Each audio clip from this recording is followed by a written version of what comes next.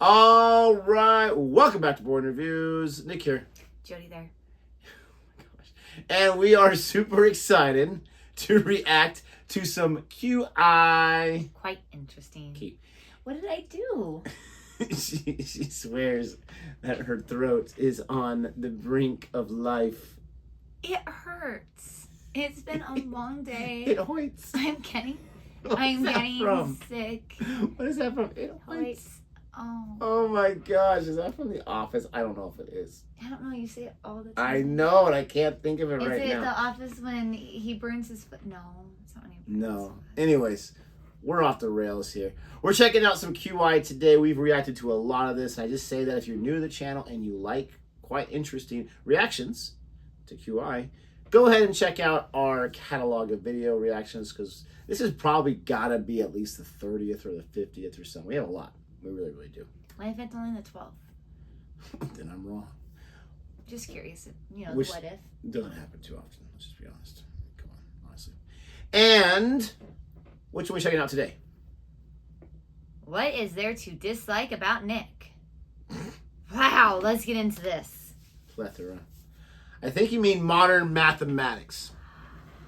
Are you sure it's not Nicholas? What is there to dislike about... Oh, modern mathematics. My bad. The M makes the sound. Yeah. Modern mathematics. This is a dumb question. I didn't know mathematics changed through the years. Well, I don't know if they're talking about this, but I'm just Like the thinking new way of of like learning? maybe the new... I don't know how it is in England. I know at least here there's a whole Common Core and the new way that people are not okay with. I got you. I mean, as teachers, I guess I should have thought about that, but I didn't. Anyways. Who's the better teacher? We're going to realize some maths today in this video. If you like our reaction way, please don't forget to... Or arithmetic. Like this video, subscribe to our channel, and hit that notification bell so you can be aware of our next uploaded video. Hit it, baby. All right. Nope. I'm not allowed to touch I thought you were going to do something else. Gosh, what did you think I was going to do? I have no idea. You don't ever touch the screen. Don't seem pretty good right there. Here we go. I have a dubious theory about Alice in Wonderland for you, if you're quite interested. A dubious theory from Stephen Fry. Yes. Alice in Wonderland isn't a wildly imaginative children's fantasy after all.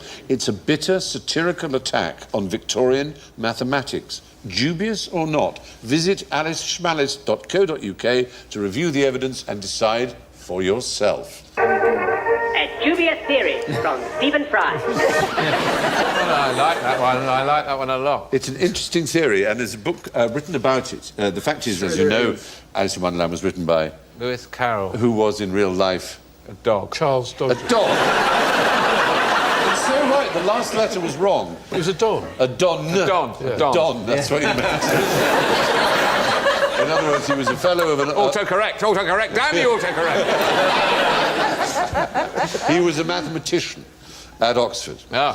And he was a very conservative, classical mathematician who believed in Euclidean geometry and things like that. And there was a new world coming into maths that would resolve in David Hilbert's famous questions and the Poincaré conjecture and Riemann's hypothesis and all the things that Alan Turing and later mathematicians The invention of devoted number themselves. 9, of course. The invention very controversial. I've never taken to it myself. Squeezed it in between 7 and 10 and 8 and 10. In fact,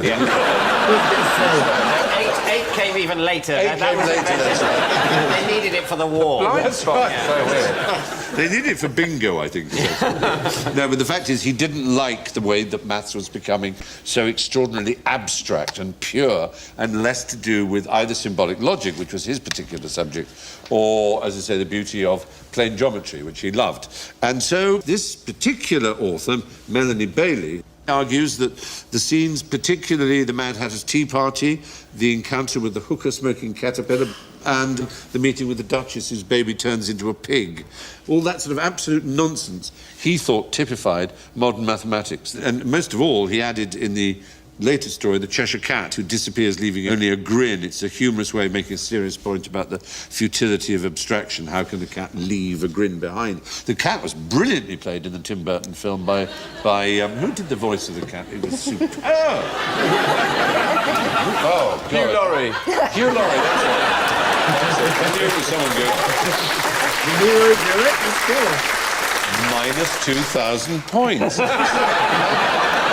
Anyway, Melanie Bailey, the author of this book, reminds us that his other works are painfully dull and moralistic or very technical works. In fact, Queen Victoria read Alice and loved it so much and said, I do hope, Dr. Dodgson, that you will dedicate your next book to me. So he wrote a book called something like Problems in Symbolic Logic. to her Majesty Queen Victoria. He must have read it and thought, what the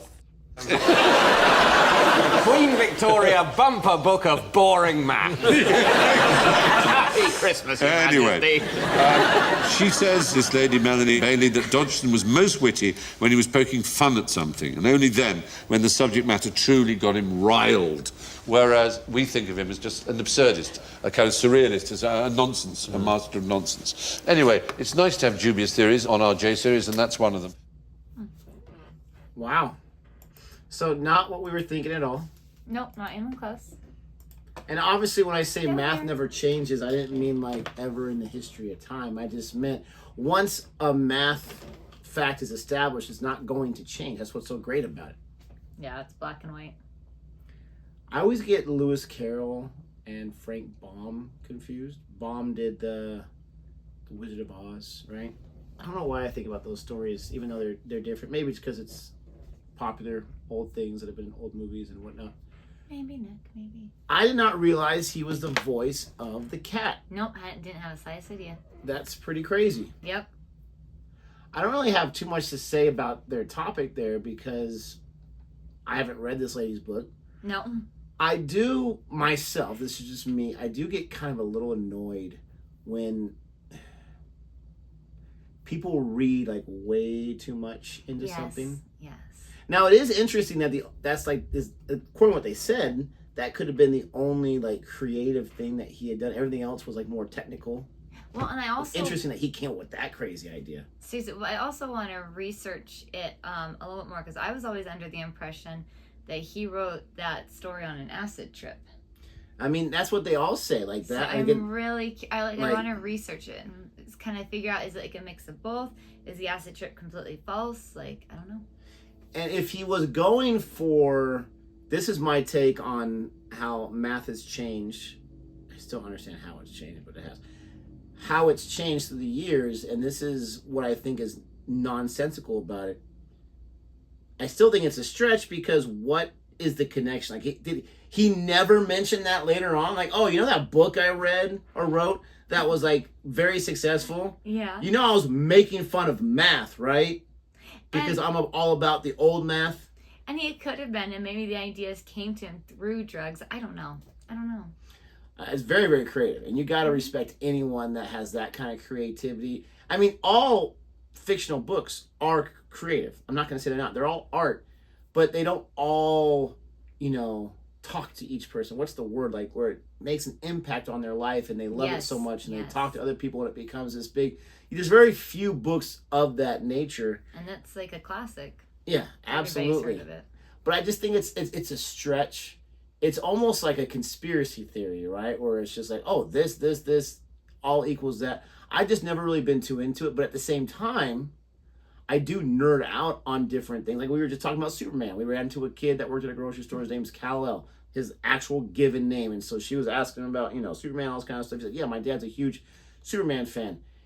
And I was just talking about different facts. And I'm like, it's kind of funny that we're having a conversation about something that these two guys created in the 1940s, like in their office or whatever. And you could have hour-long conversations with people about who played him best and this and that or whatever. No one really cares. But would I write a book about it? I don't know. No. Anyways, very interesting topic. Not what I was expecting. If you liked our reaction anyway, thank you so much. Don't forget to like and subscribe. And until next time.